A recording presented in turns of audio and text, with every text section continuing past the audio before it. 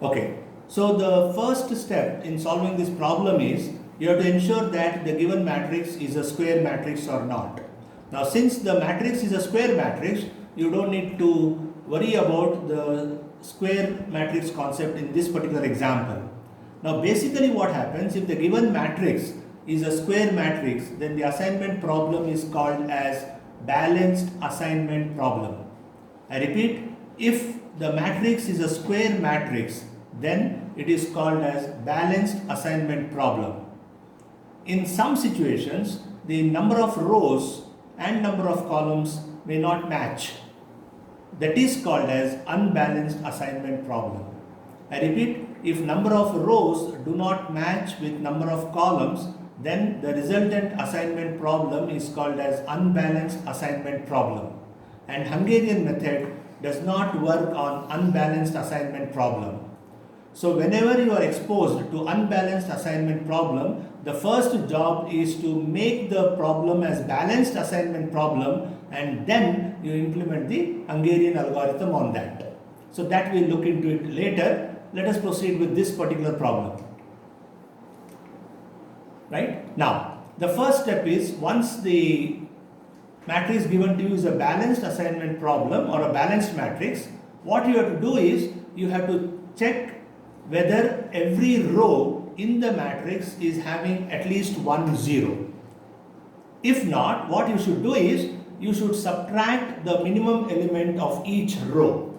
That means in the first row you have elements called as 5, 7, 11 and 6. Pick up the minimum element out of these four. The minimum element is 5. Subtract this minimum element 5 from all other elements of that row, including that particular cell also. That means it becomes 5 minus 5, 7 minus 5, 11 minus 5 and 6 minus 5. Watch out. So you have 0, 2, 6, 1. Now similarly, what you do is, in the second row, you have minimum element as 5. Subtract 5 from 8, 5 from 5, 5 from 9 and 5 from 6. Similarly, the minimum element in the third row is 4. Similarly, the minimum element in the fourth row is 3. So subtract the minimum elements from all other elements of that particular row, you will end up getting this particular matrix.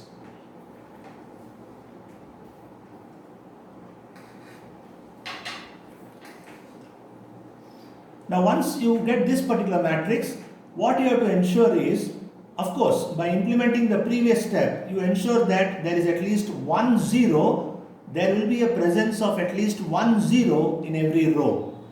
Now the next step is you have to ensure there is a presence of at least one zero in every column. Now if there is absence of zero in any column, this particular step holds good for that particular column. So look at the first column. You have 0 already, so don't need to worry about it. You have second column, that is also there is a 0, don't worry about it. Fourth column, there is a 0, you don't need to worry about it. But let us look at the third column. You do not have 0 in the third column. Now pick up the minimum element from the third column, that is 4. And subtract this 4 from all remaining elements of that particular column.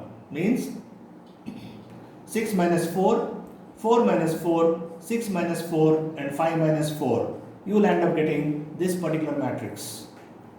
Now this particular matrix ensures there is a presence of at least one zero in each row and in each column.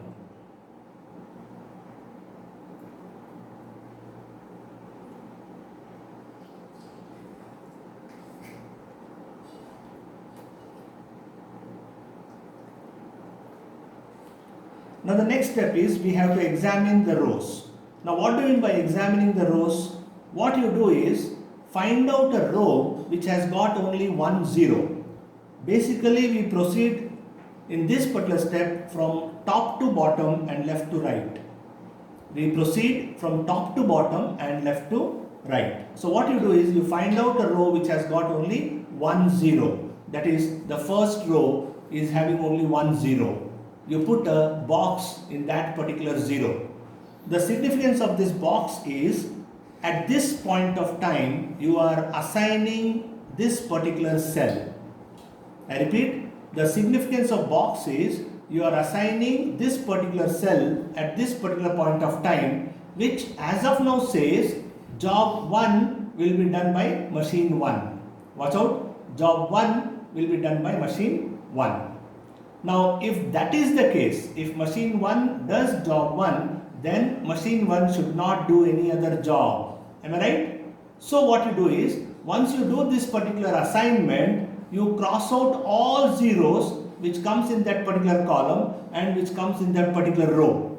Why row? Because if job J1 is done by machine 1, then job J1 should not be done by any other machine.